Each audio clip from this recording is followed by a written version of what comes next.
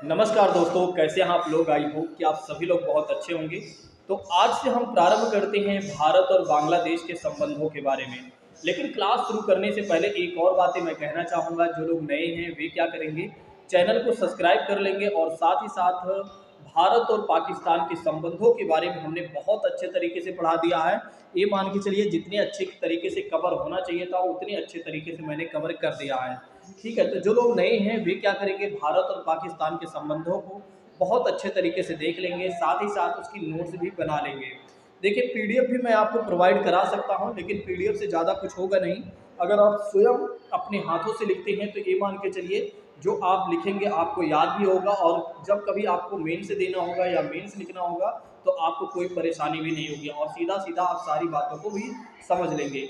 ये मान के चलिए मैंने इतने अच्छे तरीके से भारत और पाकिस्तान के संबंधों को कवर किया है कि इसके बाद भी किसी भी यूट्यूब चैनल पर चले जाएं या किसी भी किताब को पढ़ लें तब भी उन्हें लगेगा कि कम ही है, यानी कि इतना बेहतर तरीके से मैंने कवर किया है। ठीक है, कई जगह वे पढ़ेंगे तब उन्हें इतने सारे कंटेंट हो सकता है उन्हें मिले। तो इसलिए मैं कहना चाहूँगा एक ही जगह आपको सारे कंटेंट मिल रहे हैं। इसलिए आपको क्या करना चाहिए कि भारत और पाकिस्तान के संबंधों को पढ़ने के लिए शशि आईएएस एकेडमी को ज्वाइन कर लेना चाहिए। अब इसके बाद मैं पढ़ाने चल रहा हूँ कि भारत और बांग्लादेश के संबंधों के बारे में, यानी कि यहाँ पर भी भारत और बांग्लादेश के संबंधों को भी मैं इतना बेहतर तरीके से कवर करने वाला हूँ कि ये मान के चलिए दोबारा उन्हें नहीं पढ़ना पड़ेगा। वे किसी भी यूट्यूब चैनल पर चले जाएं या किसी भी किताब को पढ़ लें तब भी उन्हें कम ही मिलेगा। ठीक है, क्योंकि यहाँ पर जितने अच्छे तरीके से सारा कुछ रखा गया है वो कहीं और पर आपको नहीं मिलेगा, इस बात की मैं दावा करता हूँ। तो आइए अब समझते हैं कि भारत और बांग्लादेश के संबंधों के बारे में। लेकिन हम पहले ये जानेंगे कि कौन कौन से टॉपिक इसमें हम पढ़ने वाले हैं। जैसा कि बात करते हैं कि बांग्लादेश के उदय के बारे में हम समझेंगे, सीमा विवाद के बारे में हम समझेंगे, अंतः क्षेत्र के बारे में हम समझेंगे, और गंगा नदी जल विभाजन समझौता के बारे में हम जानेंगे, और फरक्का समझौता के बारे में हम जानेंगे, रोहिंग्या शरणार्थी के बारे में हम समझेंगे, तीस्ता नदी जल विवाद के बारे में जानेंगे, तिपाई मुख तिपाई मुख बांध मुद्दे के बारे में समझेंगे, आंतरिक सुरक्षा क्या है, संबंधों का आर्थिक आयाम क्या है, धार्मिक कट्टरवाद और आतंकवादी हमले जो हुए हैं इसको भी हम समझेंगे। और इतना ही नहीं बल्कि हम ये भी देखेंगे राष्ट्रवादी और धार्मिक कट्टरतावादी या कट्टरवादी विचारधारा के बीच किस प्रकार का संघर्ष चल रहा है किस प्रकार से संघर्ष चल रहा है इसको भी हम समझेंगे। और समुद्री सीमा रेखा का विभाजन और चीन पाकिस्तान कारक के बारे में भी हम समझेंगे। दरअसल जिस बांग्लादेश के बारे में आज हम बात कर रहे हैं यही बांग्लादेश पहले क्या था दोस्तों, यही बांग्लादेश था पहले पूर्वी पाकिस्तान था, यानी कि पहले ये पाकिस्तान का हिस्सा हुआ करता था। अब इसके बारे में समझ लीजिए, फिर उसके बाद तो मैं और अच्छे से समझाऊंगा। देखिए, दरअसल बात ये थी कि जब 1947 आया था, यानी कि 1947 में क्या हुआ था कि भारत और पाकिस्तान दो हिस्सों में बढ़ गए थे। तो पाकिस्तान को दो क्षेत्र मिला था, एक पाकिस्तान को पश्चिमी वाला क्षेत्र मिला था और दूसरा उसे पूर्वी वाला क्षेत्र मिला था। तो पाकिस्तान एक पश्चिमी पाकिस्तान था और दूसरा एक था पूर्वी पाकिस्तान। एक जो पूर्वी पाकिस्तान आज है उसे आज जो बांग्लादेश है उसे पहले किस नाम से हम जानते थे, पूर्वी पाकिस्तान के नाम से जानते थे, क्योंकि ये दोनों ही हिस्सा क्या हुआ करता था, पाकिस्तान का ही हिस्सा हुआ करता था। यानी कि जब पश्चिमी पाकिस्तान के लोगों को पूर्वी पाकिस्तान जाना होता था तो भारत के ही रास्ते से उन्हें जाना पड़ता था। लेकिन इस कहानी को हम समझेंगे और अच्छे तरीके से। आइए समझते हैं कि क्या क्या बातें इसमें शामिल की गई हैं और किस तरह से हमारी टीम ने जो कंटेंट बनाया है किस तरह से हमें समझाने का प्रयास किया है। आइए समझते हैं अब बिना किसी और बात की चर्चा करते हुए। लेकिन शशि आईएएस एकेडमी को जरूर ज्वाइन कर लीजिए। चलिए, बांग्लादेश भारत की पूर्वी सीमा पर स्थित एक राज्य है। बिल्कुल, ये आप देख सकते हैं, ये बांग्लादेश है। अगर आप चाहें तो किसी और मैप को भी ओपन कर सकते हैं और वहाँ पर भी आप देख सकते हैं। तो बांग्लादेश जो है भारत की पूर्वी सीमा पर स्थित एक राज्य है। यह चारों तरफ भारत से घिरा हुआ राज्य है। तो अगर इसके बारे में बात करते हैं तो यह चारों तरफ भारत से घिरा हुआ राज्य है। इसके क्षेत्रफल के बारे में अगर बात करते हैं तो 1,48,000 वर्ग किलोमीटर है। तो ध्यान रखिएगा, बांग्लादेश का जो क्षेत्रफल है वो कितना है, 1,48,000 वर्ग किलोमीटर है। नेक्स्ट बात करते हैं यहाँ की जनसंख्या के बारे में। तो जनसंख्या है 16 करोड़ 30 लाख है। तो बांग्लादेश के बारे में मोटा मोटी अगर देखा जाए तो लगभग 16 करोड़ 30 लाख जनसंख्या यहाँ पर मौजूद है। नेक्स्ट बात करते हैं पूर्वी राज्यों के संपर्क के लिए बांग्लादेश भारत के लिए अत्यधिक महत्वपूर्ण यानी कि पड़ोसी देश माना जाता है। जैसे कि बात करते हैं कि पूर्वी राज्यों के संपर्क अगर हमें करना है, अपने पूर्वी राज्यों के बारे में, पूर्वी राज्यों से अगर संपर्क करना है, तो कहीं न कहीं जो बांग्लादेश है वो हमारे लिए काफ़ी ज़्यादा महत्वपूर्ण पड़ोसी देश है। इस बात को भी ध्यान रखिएगा। चलिए नेक्स्ट बात करते हैं कि बांग्लादेश का उदय कैसे होता है। आइए समझते हैं कि बांग्लादेश का आखिर उदय कैसे होता है। तो जैसे कि बात करते हैं कि भारत के विभाजन के बाद भारत और पाकिस्तान को दो स्वतंत्र राज्यों का निर्माण किया गया है या दो स्वतंत्र राज्यों में बढ़ गए। तो भारत और पाकिस्तान दो स्वतंत्र राज्य बन गए कब? स्वतंत्रता के बाद। और पाकिस्तान का निर्माण हुआ पूर्वी पाकिस्तान और पश्चिमी पाकिस्तान को मिलाकर। तो पाकिस्तान का निर्माण ऐसे हुआ, इधर पूर्वी पाकिस्तान और इधर पश्चिमी पाकिस्तान को मिलाकर पाकिस्तान का निर्माण हुआ, जिसके अंतर्गत अगर बताया जाता है कि पूर्वी और पश्चिमी पाकिस्तान के बीच भौगोलिक, सांस्कृतिक और आर्थिक विषमता विद्यमान थे। देखिए यहाँ पर इस बात को समझिएगा, जो पश्चिमी पाकिस्तान है और जो इधर पूर्वी पाकिस्तान है, ये दोनों ही भले ही पाकिस्तान के हिस्से हुआ करते थे। ये भौगोलिक रूप से भले ही आप देख सकते हैं एक तरीके से कि पाकिस्तान के दोनों हिस्से हैं, लेकिन भौगोलिक रूप से ही, भौगोलिक रूप और सांस्कृतिक रूप से या आर्थिक रूप से अगर देखते हैं तो दोनों में विषमता आपको देखने को मिलेंगी। यानी कि कहने का मतलब ये है कि पश्चिमी पाकिस्तान और पूर्वी पाकिस्तान में काफ़ी ज़्यादा अंतर था। ठीक है, इस बात को ध्यान रखिएगा। नेक्स्ट बात करते हैं भौगोलिक रूप से, आइए समझ लेते हैं कि क्या अंतर था। जैसे कि बात करते हैं कि पाकिस्तान के दोनों भागों के बीच में भारत का भूभाग विद्यमान था। बिल्कुल, अगर इधर आप देखते हैं जो पश्चिमी पाकिस्तान है और इधर आप देखते हैं जो पूर्वी पाकिस्तान है, इन दोनों के बीच में कौन है? भारत मौजूद है। इन दोनों के बीच में कौन मौजूद है? भारत मौजूद है। और पूर्वी पाकिस्तान तीन ओर से भारत के उत्तर पूर्वी राज्यों से घिरा हुआ था।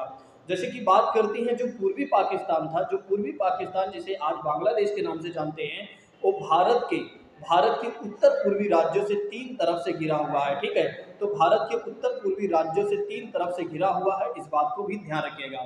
नेक्स्ट बात करते हैं पूर्वी पाकिस्तान से पश्चिमी पाकिस्तान में प्रवेश करने के लिए भारतीय भूभाग का प्रयोग किया जाता था। दरअसल अगर पूर्वी पाकिस्तान के लोगों को पश्चिमी पाकिस्तान जाना होता था तो भारत की ही भूमि से ही उन्हें जाना पड़ता था, या पश्चिमी पाकिस्तान के लोगों को पूर्वी पाकिस्तान में प्रवेश करना होता था तो भारत के ही भूभाग का इस्तेमाल करना पड़ता था, यानी कि उन्हें भारत से ही होकर जाना पड़ता था। चलिए आइए बात करते हैं आगे की कहानी में क्या कहा जा रहा है। जैसे कि हमने आपको बताया कि सांस्कृतिक भौगोलिक अंतर क्या है, यानी ज्योग्राफिकल अंतर क्या है और ज्योग्राफिकल हिस्सा कैसे है, यानी कि पूर्वी पाकिस्तान का। तो इधर हमने आपको बताया कि जो अंतर है आप देख सकते हैं कि यहाँ पर पश्चिमी पाकिस्तान है, यहाँ पर पूर्वी पाकिस्तान है। अंतर ये है कि अगर पश्चिमी पाकिस्तान वालों को जाना है पूर्वी पाकिस्तान में, या पूर्वी पाकिस्तान वाले लोगों को पश्चिमी पाकिस्तान जाना है, तो उन्हें भारत के रास्ते से होकर जाना पड़ता है, यानी कि भारत के भूभाग को इस्तेमाल करना पड़ता था। और साथ ही साथ अगर देखा जाए तो भारत के जो उत्तर पूर्वी राज्य हैं इसको तीन तरफ से घेर कर रखा हुआ था। तो कहीं ना कहीं ये विषमता आपको देखने को मिल जाएगी। नेक्स्ट बात करते हैं सांस्कृतिक अंतर क्या था, आइए समझ लेते हैं। ठीक है, आइए समझते हैं कि आखिर सांस्कृतिक अंतर क्या थे। देखिए यहाँ पर एक और बातें मैं कहना चाहूँगा। यदि आपको क्लास बेहतर लग रही है तो एक बार आप जल्दी से कमेंट कर दीजिए और बता दीजिए कि यस सर, आप जो हमें समझा रहे हैं वो बहुत अच्छे तरीके से समझा रहे हैं। देखिए कुछ लोग होंगे जो क्लास को 2 मिनट देखते हैं और भाग जाते हैं। ठीक है, उन्हें लगता है कि कुछ यहाँ पर नया मिलने वाला होगा। भाई आपके स्टडी चैनल है, स्टडी चैनल में क्या होता है, कुछ नया नहीं मिलता। नया वही होता है जो आप जानते नहीं हैं, उसके जो आप जानते नहीं हैं वो चीज़ें यहाँ पर बताई जाती है, जो आपके व्यक्तित्व के निर्माण में यहाँ सहायता करती वो चीज़ें। ठीक है, लेकिन हाँ, आपके मज़े को लेकर अगर आप मज़े के हिसाब से पढ़ना चाहते हैं, जैसे यहाँ कोई मज़ा मिलने वाला है, तो इस हिसाब से यहाँ कोई चीज़ें नहीं मिलती हैं। लेकिन हाँ, आपका व्यक्तित्व का निर्माण बेहतर होगा, इस बात की मैं गारंटी लेता हूँ कि अगर आपने बहुत अच्छे तरीके से हमारे साथ सारी बातों को समझ लिया। तो आइए समझते हैं कि सांस्कृतिक अंतर क्या था। दरअसल बात करते हैं कि पाकिस्तान के निर्माण धार्मिक आधार पर हुआ था। बिल्कुल, जब पाकिस्तान का निर्माण किया गया था तो इस आधार पर किया गया था, धर्म के आधार पर किया गया था। किस आधार पर किया गया था? तो धर्म के आधार पर किया गया था। लेकिन परंतु सांस्कृतिक आधार पर भी पूर्वी और पश्चिमी पाकिस्तान दोनों में अंतर था। ये बिल्कुल सही बात है। देखिए, भले ही धर्म के आधार पर पाकिस्तान का निर्माण हुआ था, और पाकिस्तान को पूर्वी और पश्चिमी हिस्सा भले ही मिला था, लेकिन दोनों ही क्षेत्र में अगर देखा जाए तो चाहे वो पूर्वी पाकिस्तान की बात करें चाहे पश्चिमी पाकिस्तान की बात करते हैं, तो दोनों में ही सांस्कृतिक आधार पर अगर आप देखते हैं तो दोनों में ही काफ़ी ज़्यादा अंतर था। जैसे भौगोलिक अंतर था वैसे ही सांस्कृतिक अंतर भी था। आइए समझ लेते हैं कि सांस्कृतिक अंतर में कैसे हम देख सकते हैं। जैसे कि बात करते हैं कि पूर्वी पाकिस्तान में बांग्लादेश बांग्ला भाषी लोगों का निवास था। बिल्कुल, जो पूर्वी पाकिस्तान था दोस्तों, यहाँ पर जो लोग रह रहे थे वे कौन सी भाषा बोलते थे, तो वे लोग बांग्ला भाषा बोलते थे। कौन सी भाषा बोलते थे, तो बांग्ला भाषी बोलते थे। ठीक है, बांग्ला भाषा बोलते थे, इस बात को ध्यान रखिएगा। जबकि पश्चिमी पाकिस्तान में रहने वाले जो लोग थे वे उर्दू भाषी लोग थे, यानी कि उर्दू बोलते थे। तो ध्यान रखिएगा। अब देखिए यहाँ पर अंतर मिला कि नहीं। जैसे वहाँ पर आप भौगोलिक अंतर देखें, यहाँ पर आप देख रहे हैं कि पश्चिमी पाकिस्तान और पूर्वी पाकिस्तान में अंतर ये है, भाषा का ही अंतर है। एक तो पहली बात तो भाषा का ही अंतर है। भाषा का अंतर कैसे है, इधर अगर आप जाते हैं पश्चिमी पाकिस्तान तो यहाँ लोग उर्दू बोल रहे हैं, इधर आप जा रहे हैं तो यहाँ लोग बंगाली बोल रहे हैं, यानी कि बांग्ला भाषा बोल रहे हैं। सोचिए अगर इधर वाले लोग इधर जाएंगे, इधर वाले लोग इधर जाएंगे, क्या एक दूसरे की बात को समझ पाएंगे? ठीक है, ऐसा लगेगा हम किसी और गोले पर आ गए हैं। ठीक है, दोनों को ऐसा लगता होगा, दोनों लोगों को ऐसा लगता होगा कि हम किसी और गोले पर आ गए हैं। नेक्स्ट बात करते हैं कि यहाँ पर कहा गया कि पाकिस्तान में उर्दू को आधिकारिक भाषा का दर्जा दिया गया। देखिए पाकिस्तान में, अब यहाँ समझिएगा, फिर यहाँ पर कहानी बदलेगी। अब से देखिए यहाँ पर यहीं से अब बांग्लादेश की कहानी बदलेगी। यहीं से अब जो पूर्वी पाकिस्तान है अब बांग्लादेश बनेगा दोस्तों। देखिए जब पाकिस्तान क्या करता है, अब पाकिस्तान क्या करता है, उर्दू भाषा को आधिकारिक भाषा घोषित कर देता है। यानी कि कहने का मतलब ये है कि अब पाकिस्तान जो कर रहा है, यानी कि पाकिस्तान की सरकार बांग्ला भाषी को बिल्कुल नहीं ध्यान दे रहा है। यानी कि जो पूर्वी पाकिस्तान के लोग हैं उनकी भाषा को कोई प्राथमिकता नहीं दिया जा रहा है, बल्कि केवल और केवल पश्चिमी पाकिस्तान के लोगों को ही ध्यान में रखकर उर्दू भाषा को आधिकारिक भाषा बना दिया जा रहा है। और जिसकी वजह से क्या हो रहा है, जिसकी वजह से क्या होता है दोस्तों, या क्या हो रहा होता है कि बांग्ला भाषियों में अलगाव की भावना पैदा हो जाती है। सॉरी, बांग्ला भाषियों में क्या हो जाता है कि अलगाव की भावना पैदा हो जाती है। अब समझ लीजिए कि यहाँ से कहानी बदल जाएगी। अब आइए बात करते हैं आर्थिक रूप से कैसे भिन्न है एक दूसरे से। तो जैसे हमने समझा एक तरीके से कि यहाँ पर कई चीज़ें हमें देखने को मिली। देखिए हर एक बात को आप समझते चलिए। जैसे कि हमने आपको बताया कि एक तो भौगोलिक अंतर है दोनों क्षेत्रों के बीच में, पूर्वी पाकिस्तान और पश्चिमी पाकिस्तान में। और दूसरी बात करते हैं सांस्कृतिक अंतर। यहाँ पर आप देख रहे हैं सांस्कृतिक अंतर में भाषा के आधार पर आप देख रहे हैं, जबकि धर्म के आधार पर देखा गया था। जब पाकिस्तान का बंटवारा हुआ था, यानी भारत जब पाकिस्तान बना था तो धर्म के आधार पर बना था, लेकिन यहाँ पर अंतर आप भाषा के आधार पर देख रहे हैं। और यहाँ पर भी जो भाषा का आधार देख रहे हैं आप, यहाँ पर क्या है हो रहा है कि जो पश्चिमी पाकिस्तान है वो अपने आप को ज़्यादा पावरफुल दिखा रहा है, और कहीं ना कहीं जो पूर्वी पाकिस्तान है उसको ज़्यादा प्राथमिकता नहीं दे रहा है। ठीक है, जिसकी वजह से यहाँ पर समस्याएं बन जाती हैं। ठीक है, और यहाँ पर कहीं ना कहीं यहाँ से एक छोटी सी बातें यहाँ पर पनप जाती हैं कि अलगाववाद की भावना यहाँ पनप जाती है दोस्तों। ठीक है, इस बात को समझिएगा। बाकी आगे की कहानी हम और समझेंगे। अभी हम केवल और केवल अंतर समझ रहे हैं। ठीक है, कि कैसे एक दूसरे से भिन्न है, कैसे पूर्वी पाकिस्तान और पश्चिमी पाकिस्तान कैसे अलग हैं। ठीक है, अभी हम ये समझ रहे हैं। नेक्स्ट बात करते हैं आर्थिक रूप से। अब बात करते हैं समूचे पाकिस्तान का सर्वाधिक जो समृद्ध प्रांत था वो था पंजाब था। समझिएगा इस कहानी को। जो पूरे पाकिस्तान का सबसे समृद्ध प्रांत था तो वो था पंजाब था। इसके अतिरिक्त अगर देखा जाए तो सिंध प्रांत भी पश्चिमी पाकिस्तान में ही शामिल था, जो कि क्या था, व्यापार का केंद्र था। और आर्थिक रूप से पूर्वी पाकिस्तान अत्यधिक गरीब था। आप समझिएगा इस कहानी को। अब फिर यहाँ पर समझिएगा, अब जो पूर्वी पाकिस्तान है वो पूरी तरीके से गरीब था, बहुत ज़्यादा गरीब था। और मूलतः यहाँ की आजीविका के लिए लोग कृषि पर निर्भर थे। यानी कि वे अपने जीवन चलाने के लिए किस पर निर्भर थे, कृषि पर ही निर्भर थे। पाकिस्तान में चल रहे सैनिक शासन। अब मैंने आपको भारत और पाकिस्तान के संबंधों में बताया भी है कि पाकिस्तान में ज़्यादा समय तक अगर देखा जाए तो सैनिक शासन ही रहे हैं। पाकिस्तान में चल रहे सैनिक शासन, धार्मिक एकीकरण के विरुद्ध पूर्वी पाकिस्तान में आंदोलन शुरू हो जाता है। तो अगर सैनिक शासन की वजह से क्या होता है और धार्मिक एकीकरण की वजह से क्या होता है कि इधर पूर्वी पाकिस्तान में क्या हो जाता है, आंदोलन शुरू हो जाता है और पाकिस्तान विभाजन हो गया आगे चलकर। और वर्ष 1971 में पूर्वी पाकिस्तान एक स्वतंत्र राज्य बन गया, और जिसे बांग्लादेश के नाम से हम जानते हैं। यानी कि 1971 में पूर्वी पाकिस्तान एक स्वतंत्र राज्य बांग्लादेश बन गया। ठीक है। तो दरअसल क्या होता है कि दरअसल क्या होता है कि पूर्वी पाकिस्तान में काफ़ी ज़्यादा आंदोलन किया जाता है, और जिसकी वजह से आगे चलकर भारत की सेना भी यहाँ पर काफ़ी ज़्यादा सक्रिय होती है, और उसी के द्वारा जो पूर्वी पाकिस्तान होता है उसे आज़ाद कराकर बांग्लादेश बना दिया जाता है। इस कहानी को अगर आप और अच्छे से समझना चाहते हैं तो एक बार आप भारत और पाकिस्तान के संबंधों को अच्छे से पढ़ लीजिए, अच्छे से उस वीडियो को देख लीजिए, फिर इसको भी देखिएगा बाद में। तो मैं गारंटी देता हूँ कि आपका एक भी प्रश्न गलत नहीं होगा, और आपको सारी बातें और अच्छे से समझ में आ जाएंगी। चलिए नेक्स्ट बात करते हैं। फिर कहा जा रहा है कि बांग्लादेश एक स्वतंत्र राष्ट्र के निर्माण के रूप में भारत की भूमिका उल्लेखनीय और महत्वपूर्ण रही। यानी कि कहने का मतलब ये है कि बांग्लादेश के एक स्वतंत्र राष्ट्र के निर्माण में, एक स्वतंत्र राष्ट्र के निर्माण में अगर किसी की भूमिका रही है तो वो है भारत की भूमिका रही है, क्योंकि भारत ने ही बांग्लादेश का जन्म किया है, समझ लीजिए। नेक्स्ट बात करते हैं। वस्तुतः बांग्लादेश एक स्वतंत्र राष्ट्र के रूप में निर्माण हुआ और शेख मुजीबुर रहमान के नेतृत्व में हुआ। मुजीबुर रहमान के नेतृत्व में अवामी लीग ने बांग्लादेश में पंथ निरपेक्ष और लोकतांत्रिक समाजवादी राज्य की स्थापना की। दरअसल बात करते हैं मुजीबुर रहमान के नेतृत्व में क्या होता है, जो इनकी टीम होती है यानी कि पार्टी होती है अवामी लीग, इसने क्या किया कि बांग्लादेश में पंथ निरपेक्ष का मतलब क्या हो जाता है कि जहाँ पर सरकार का कोई धर्म नहीं होगा, बल्कि सरकार क्या करेगी, सभी धर्मों का सम्मान करेगी, उसे क्या कहा गया, पंथ निरपेक्ष कहा गया। लोकतांत्रिक का मतलब हो जाता है जहाँ पर जनता ही सब कुछ होगी, जनता के द्वारा ही सारे प्रतिनिधि चुने जाएंगे या सरकार का निर्माण होगा। और समाजवादी राज्य की स्थापना होगी, यानी कि हर व्यक्ति को ध्यान में रखा जाएगा, और चाहे कोई भी व्यक्ति हो, किसी भी जाति, धर्म, लिंग, समुदाय, किसी के साथ कोई भेदभाव नहीं किया जाएगा।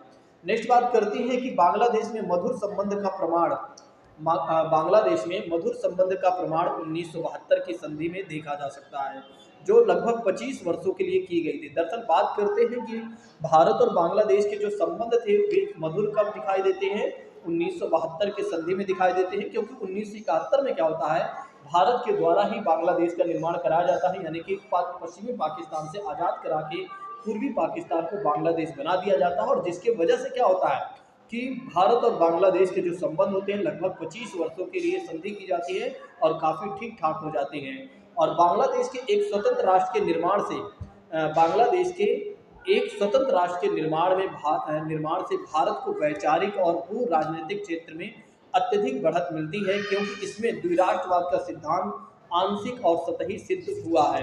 नेक्स्ट बात करते हैं पड़ोस में एक बड़े नेक्स्ट बात करते हैं कि पड़ोस में एक बड़े मित्र राष्ट्र का उदय हुआ और भारत चीन युद्ध की स्मृति को वर्ष 1971 के भारत पाकिस्तान के युद्ध ने पीछे छोड़ दिया। बिल्कुल 1971 में ही भारत और पाकिस्तान का युद्ध हुआ था, जिसके वजह से क्या हुआ था कि एक तरीके से बांग्लादेश के निर्माण हुआ। और इस याद को हम यहीं से छोड़ देते हैं, क्योंकि यहाँ पर क्या होता है कि भारत और पाकिस्तान का युद्ध होता है। दोस्तों आइए समझते हैं आगे की कहानी में क्या कहा जा रहा है। बांग्लादेश एक स्वतंत्र राष्ट्र के निर्माण के साथ ही अवामी लीग का विरोध भी बांग्लादेश में आरंभ हो गया। दरअसल क्या होता है, जब बांग्लादेश एक स्वतंत्र राष्ट्र बन जाता है तो आगे चलकर क्या होता है, अवामी लीग का भी विरोध किया जाने लगता है। यानी कि लोगों के द्वारा क्या होता है कि कहीं ना कहीं अवामी लीग जो पार्टी बहुत ज़्यादा सहयोग करती है भारत का, और जिसकी वजह से पूर्वी पाकिस्तान जो होता है वो बांग्लादेश बनता है, उसी पार्टी का आगे चलकर लोग क्या करने लगते हैं, विरोध करने लगते हैं। विशेषकर बांग्लादेश में वे जो कट्टरपंथी तत्व के थे, जो मुजीब रहमान के पंथ निरपेक्ष लोकतांत्रिक शासन के विरुद्ध थे। बिल्कुल ये जो कट्टरवादी लोग थे वे चाहते थे कि बांग्लादेश में जो पंथ निरपेक्ष लोकतांत्रिक शासन को अपनाया गया है बिल्कुल गलत अपनाया गया है। ठीक है, यानी कि जैसे कि बात करते हैं यहाँ पर भी धर्म के आधार पर ही सारा कुछ होना चाहिए। जैसे कि बात करते हैं, जैसे पाकिस्तान जो है वो इस्लामिक स्टेट कंट्री है। ठीक है, तो इसके वजह से यहाँ के जो लोग थे, जो कट्टरवादी लोग थे, वे भी यही चाहते थे कि कैसे एक पंथ निरपेक्ष लोकतांत्रिक राज्य बन गया। जैसे कि बात करते हैं भारत है, यानी कि ये तो उस सिद्धांत पर चल रहा है जिस सिद्धांत पर भारत चल रहा है। ठीक है, ये उस सिद्धांत पर बांग्लादेश का निर्माण कर रहे हैं, जिस सिद्धांत पर भारत है उस सिद्धांत पर एक तरीके से बांग्लादेश का निर्माण किया गया है। जिसके वजह से क्या होता है, जो कट्टरपंथी वाले लोग होते हैं, जो कट्टरपंथी तत्व होते हैं, वे क्या करते हैं, अवामी लीग का काफ़ी ज़्यादा विरोध करते हैं। नेक्स्ट बात करते हैं कि बांग्लादेश में मुजीबुर रहमान का विरोध भारत के विरोध में परिवर्तित हो गया। बिल्कुल, तो यही जो विरोध होता है वो भारत के विरोध में परिवर्तित हो जाता है। क्योंकि ऐसा माना गया कि वर्ष 1972 की जो संधि हुई वो गुप्त प्रावधान था। देखिए, लोगों ने ये कहा कि जो 1972 में भारत के साथ, भारत और बांग्लादेश और जो नेतृत्व में, अगर अवामी लीग के नेतृत्व में जो मुजीबुर रहमान थे, उनके नेतृत्व में जो संधि की गई थी, वो संधि हुई थी बिल्कुल गुप्त हुई थी, जिसमें बांग्लादेश के लोगों को नहीं पता। यहाँ पर बांग्लादेश के लोगों ने कहा कि बांग्लादेश की स्वतंत्रता और राष्ट्रीय संप्रभुता के एक विरुद्ध माना जाता है। बांग्लादेश की स्वतंत्रता और राष्ट्रीय संप्रभुता के विरुद्ध माना जाता है। वहाँ के कट्टरपंथी लोग ऐसा कहते हैं। इन सभी को ये नहीं पता है, मूर्खों को, इन सभी के मूर्खों को ये नहीं पता होता है कि जिस बांग्लादेश को आज ये अपना समझ रहे हैं, कल तक ये पूर्वी पश्चिमी पाकिस्तान का हुआ करता था और पश्चिमी पाकिस्तान इनके ऊपर हमेशा से अन्याय किया हुआ है और भारत ने इन्हें आज़ाद भी करा दिया। लेकिन इन लोगों ने आगे चलकर क्या कर लिया कि भारत का ही विरोध करना शुरू कर दिया। नेक्स्ट बात करते हैं इस संधि तथा भारत के विरुद्ध निम्न आरोप लगाए गए। दरअसल बात करते हैं इस संधि से तथा भारत के ऊपर काफ़ी ज़्यादा विरोध लगाए जाते हैं। आइए समझते हैं। जैसे क्या कहा गया कि मुजीबुर रहमान भारत के साथ मित्रता के द्वारा बांग्लादेश के राष्ट्रीय हितों का बलिदान कर रहे हैं। देखिए, यहाँ पर कट्टरपंथी लोगों ने क्या कहा, लोगों ने क्या कहा कि मुजीबुर रहमान जो है वे भारत के साथ मित्रता तो कर रहे हैं, लेकिन भारत के राष्ट्रीय हितों का कहीं ना कहीं बलिदान कर रहे हैं। भारत के कारण ही बांग्लादेश को अंतर्राष्ट्रीय राजनीति में मान्यता प्राप्त नहीं हो रहा। देखिए, अब ये लोग ये कहने लगे भारत ही एक ऐसा देश है जिसकी वजह से क्या हो रहा है कि बांग्लादेश को अंतर्राष्ट्रीय इंटरनेशनल राजनीति में कोई मान्यता नहीं मिल रही है, क्योंकि भारत सोवियत संघ की मित्रता के कारण भारत बांग्लादेश संधि का अनेक राष्ट्रों का समर्थन नहीं करते हैं। देखिए किस तरह की बातें ये लोग कर रहे हैं, जिनको एक तरीके से जिनके पास कल तक खाने का नहीं था, हमने इन्हें ओढ़ने और पहनने और बैठने की जगह दे दिया और यही लोग हमारी क्या कर रहे हैं, बुराइयां कर रहे हैं। बांग्लादेश का यह भी आरोप था कि भारत बांग्लादेश को हथियार सामग्री प्रदान कर रहा है, जिससे बांग्लादेश अन्य देशों से हथियार ना खरीदे। देखिए, बांग्लादेश के लोग या जो कट्टरपंथी वाले लोग हैं वे क्या कह रहे हैं कि भारत तो ऐसा काम कर रहा है, यानी कि ऐसे हथियार वगैरह हमें दे रहा है जिससे क्या हो कि बांग्लादेश यानी कि हमारा देश किसी दूसरे देश से हथियार ना खरीदे।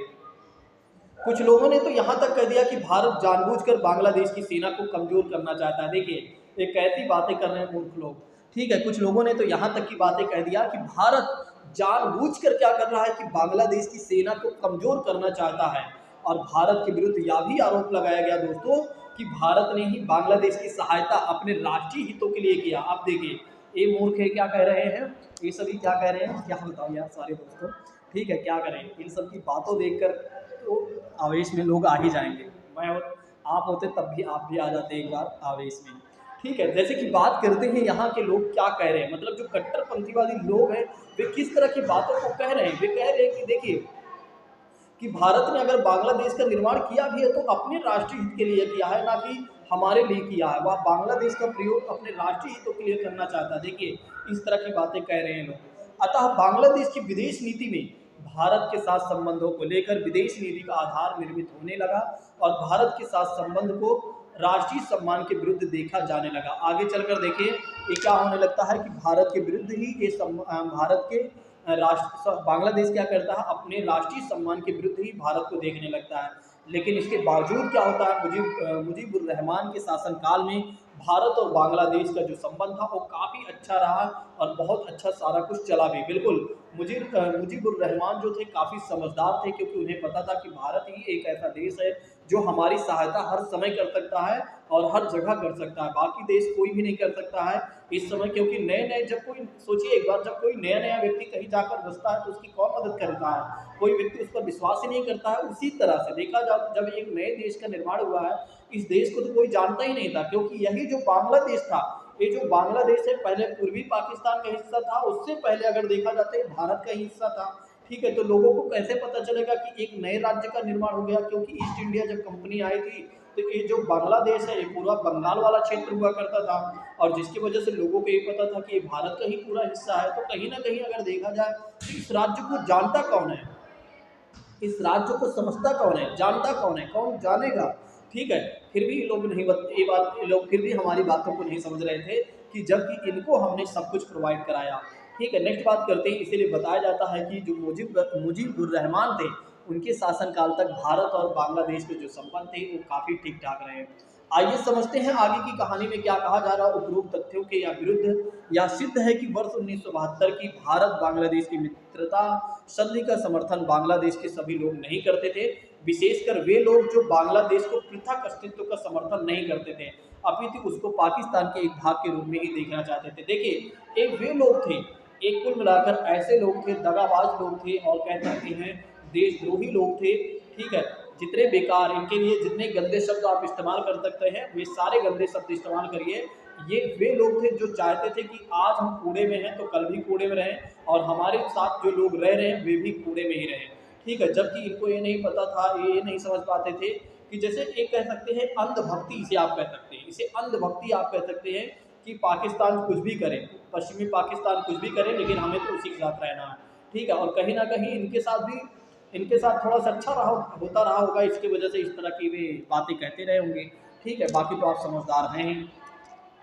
अब बात करते हैं कि लोकतंत्र की हत्या की बात आ जाती है। देखिए, आगे चलकर यहाँ के लोग क्या कहते हैं कि यहाँ तो लोकतंत्र की हत्या हुई है, यानी कि बांग्लादेश में लोकतंत्र की हत्या होती है। कैसे, समझिएगा इस कहानी को। ठीक है, लोग क्या कहते हैं, वैसे तो इस बात को अगर देखा जाए तो लोग क्या कहेंगे यहाँ पर आपको सामने दिखाई देने वाला है, लोग ही नहीं, लोकतंत्र की हत्या होगी। जब क्या होता है 1975 आता है, यानी कि 1975 आता है, तब क्या होता है शेख मुजीबुर रहमान की हत्या कर दी जाती है। तो बांग्लादेश में लोकतांत्रिक पंथनिरपेक्ष समाजवादी शासन प्रणाली के बजाय यहाँ पर क्या हो जाता है, तानाशाही सैन्य शासन प्रणाली स्थापित हो जाती है। इस्लामी दलों पर लगे प्रतिबंधों को उठा लिया गया। अब देखिए, बिल्कुल हटा लिया गया, यहाँ उठा नहीं, हटा लिया गया। देखिए, अब यहाँ पर क्या होता है, जब तक मुजीबुर रहमान रहते हैं तब तक तो भारत और पाकिस्तान के जो संबंध थे वे बढ़िया भी चल रहे थे, और बांग्लादेश और भारत के जो संबंध थे वे काफ़ी ठीक ठाक थे। और बांग्लादेश में जो नियम बनाए गए थे वे बिल्कुल भारत के हिसाब से नियम बनाए गए थे। कहीं ना कहीं लोकतांत्रिक पंथनिरपेक्ष समाजवादी शासन प्रणाली को अपनाया गया था। अब यहाँ से क्या हो जाता है, सैन्य शासन प्रणाली, यानी सेना ही सब कुछ हो जाएगी, जैसे पाकिस्तान में चल रहा था। और इस्लामी दलों पर जो लगाए गए प्रतिबंध थे, इनके समय में मुजीबुर रहमान के समय में वे सारे प्रतिबंध हटा लिए जाते हैं। बांग्लादेश के एक नए शासक आते हैं जियाउल रहमान। अब समझिएगा इनकी कहानी में, इनके समय में भारत और बांग्लादेश के जो संबंध थे वे बिगड़ जाएंगे। समझिएगा इनकी कहानी को। देखिए, बांग्लादेश के एक नए शासक आते हैं जियाउल रहमान। इन्होंने अपने विदेश नीति में धार्मिक कट्टरता को प्रकट किया और मुस्लिम देशों के साथ संबंध बेहतर निर्मित करने का प्रयास किया। जियाउल रहमान ने क्या किया कि अपने विदेश नीति में परिवर्तन कर दिया। अब यहाँ पर एक धार्मिक कट्टरतावाद को कहीं ना कहीं बढ़ावा देते हैं और जो देश मुस्लिम होते हैं उन्हीं के साथ ये संबंध बेहतर करने का प्रयास करते हैं। जियाउल रहमान ने मुजीबुर रहमान की विरोधी नीतियां अपनाते हुए बांग्लादेश विदेश नीति में भारत विरोध के स्वर को मुखर कर दिया। देखिए, अब यहाँ पर जितने भी मुजीबुर रहमान के द्वारा नीतियाँ चलाई गई थी, जो विदेश नीति थी, उनकी सभी विदेश नीतियों को खंडित कर दिया जाएगा, उनका विरोध किया जा रहा है। और जियाउल हुक कह रहा है कि एक तरीके से भारत ने जितने भी एक तरीके से काम किए हैं वे सही नहीं है, यहाँ पर भारत का ही विरोध करना शुरू कर देता है।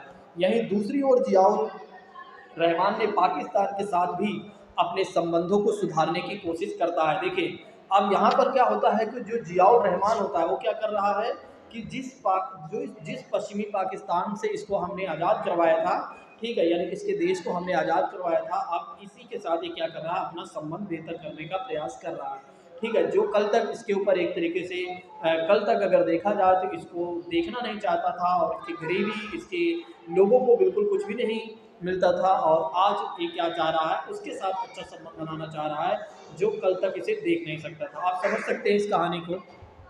ठीक है, यहाँ से कुछ सीख लेनी चाहिए एक बार कि अपने जीवन में अगर कोई व्यक्ति, हमारे जीवन में अगर किसी व्यक्ति ने हमारे साथ बहुत अच्छा किया हो तो हमें उसके साथ रहना चाहिए, या किसी व्यक्ति ने हमारे साथ बुरा किया हो तो उसके साथ रहना चाहिए। कमेंट बॉक्स में आप लोग बताइएगा कि हमें किसके साथ रहना चाहिए, कौन वे लोग हैं जिनके साथ हमें रहना चाहिए। हमने आपको 2 ऑप्शन दे दिया है, समझिएगा इस कहानी को। यहाँ उल्लेखनीय है कि वर्ष 1974 में क्या होता है कि पाकिस्तान ने बांग्लादेश को एक पृथक राज्य के रूप में मान्यता दे दी। दरअसल जब जियाउल रहमान आता है तो इसी के समय में क्या होता है कि पाकिस्तान भी क्या कर देता है कि बांग्लादेश को एक नए राज्य का दर्जा दे देता है। वैसे तो पाकिस्तान को पता होता है कि अब मैं कुछ नहीं कर सकता हूँ, इसलिए यानी पश्चिमी पाकिस्तान जो है वो उसे पता है कि अब बांग्लादेश एक पृथक राज्य बन चुका है, क्योंकि भारत ने इसे मान्यता दे दिया है और अन्य देश भी इसको कहीं ना कहीं मान्यता दे देंगे। और इसके वजह से क्या होता है, इसकी वजह से पाकिस्तान अब यहाँ पर एक नया गेम खेलता है, और वो भी क्या करता है 1974 में क्या करता है, बांग्लादेश को एक नए राज्य के रूप में दर्जा दे देता है। और जियाउर रहमान ने बांग्लादेश के चीन के साथ संबंध बेहतर बनाने का प्रयास किया। जियाउर रहमान ने बांग्लादेश के जो जियाउर रहमान होते हैं यानी कि जो बांग्लादेश के हैं, वे क्या करते हैं, चीन के साथ संबंध बेहतर बनाने का प्रयास करते हैं। यहाँ पर दोस्तों, यहाँ पर ध्यान देने योग्य बात यह है कि पाकिस्तान चीन दोनों का संबंध भारत के प्रतिकूल था। बिल्कुल, पाकिस्तान और चीन दोनों देशों के बारे में अगर देखा जाए तो इनका जो संबंध है वो भारत के प्रतिकूल यानी कि हमेशा भारत के विपरीत रहा है। जैसे ही सोवियत संघ ने 1979 में अफगानिस्तान में हस्तक्षेप किया, वैसे ही नव शीत युद्ध प्रारंभ हो जाता, और इसके परिणाम स्वरूप क्या होता है, अमेरिका ने भी पाकिस्तानी मुजाहिदीनों के प्रशिक्षण के द्वारा सोवियत हस्तक्षेप को विफल करने का प्रयास किया। यानी कि पाकिस्तान के माध्यम से यहाँ पर एक एंट्री और भी कर लेते हैं। देखिए, एक तरफ एंट्री होती है धूम 3 यानी कि सोवियत संघ का, उधर क्या हो रहा है कि धूम 1 की भी एंट्री हो गई, यानी कि पाकिस्तान धूम 3 ही समझ लीजिए, दोनों का कद बहुत छोटा नहीं था। सोवियत संघ और जो अमेरिका है, इनका दोनों का ही कद काफ़ी सेम रहा है, ठीक है। और इसके वजह से क्या होता है कि दोनों की एंट्री हो जाती है। इधर क्या होता है कि अफगानिस्तान में प्रवेश करता है सोवियत संघ, और उधर क्या होता है कि अमेरिका क्या करता है कि पाकिस्तान के साथ अपना संबंध बेहतर करता है, ताकि सोवियत संघ के जो हस्तक्षेप हो वो विफल हो जाए। अतः इस संदर्भ में अमेरिका ने सोवियत संघ को प्रतिसंतुलित करने के लिए धार्मिक कट्टरता का प्रयोग किया, जिसका प्रभाव अफगानिस्तान, पाकिस्तान और बांग्लादेश में भी देखा गया। दरअसल बात करते हैं तो ये जो सोवियत संघ को प्रतिसंतुलित करने के लिए, डिसबैलेंस करने के लिए अमेरिका ने एक नया चाल चल दिया, और यहाँ पर क्या कर दिया कि धार्मिक कट्टरतावाद का बढ़ावा दिया, यानी कि धार्मिक कट्टरता को इसने बढ़ावा दिया, और जिसकी वजह से क्या होता है कि अफगानिस्तान में भी वो प्रभाव देखने को मिलता है, और पाकिस्तान और बांग्लादेश में भी देखने को मिलता है। वहीं दूसरी ओर अगर देखा जाए तो 1979 में क्या होता है, 1979 में क्या होता है, ईरान की इस्लामिक क्रांति के बाद क्या होता है, दुनिया में इस्लामी शासन एक विकल्प के रूप में देखा जाने लगा। दरअसल 1979 में क्या होता है, ईरान में इस्लामी क्रांति होती है, और उसके बाद क्या होता है, इस्लामी शासन को एक विकल्प के रूप में भी जाना जाने लगा। अतः इस घटनाओं के परिप्रेक्ष्य में बांग्लादेश में धार्मिक कट्टरता और सैनिक शासन ज़्यादा प्रभावी हो गया। तो इन सभी घटनाओं को देखते हुए क्या होता है, बांग्लादेश में जो धार्मिक कट्टरता होती है और बढ़ जाती है, और सैनिक शासन और ज़्यादा यहाँ पर मजबूत हो जाती है या हो जाता है। अब बात करते हैं कि भारत विरोधी नीति के बारे में, समझ लेते हैं कि भारत विरोधी नीति क्या है दोस्तों। आइए समझते हैं कि भारत विरोधी नीति के बारे में। एक मिनट,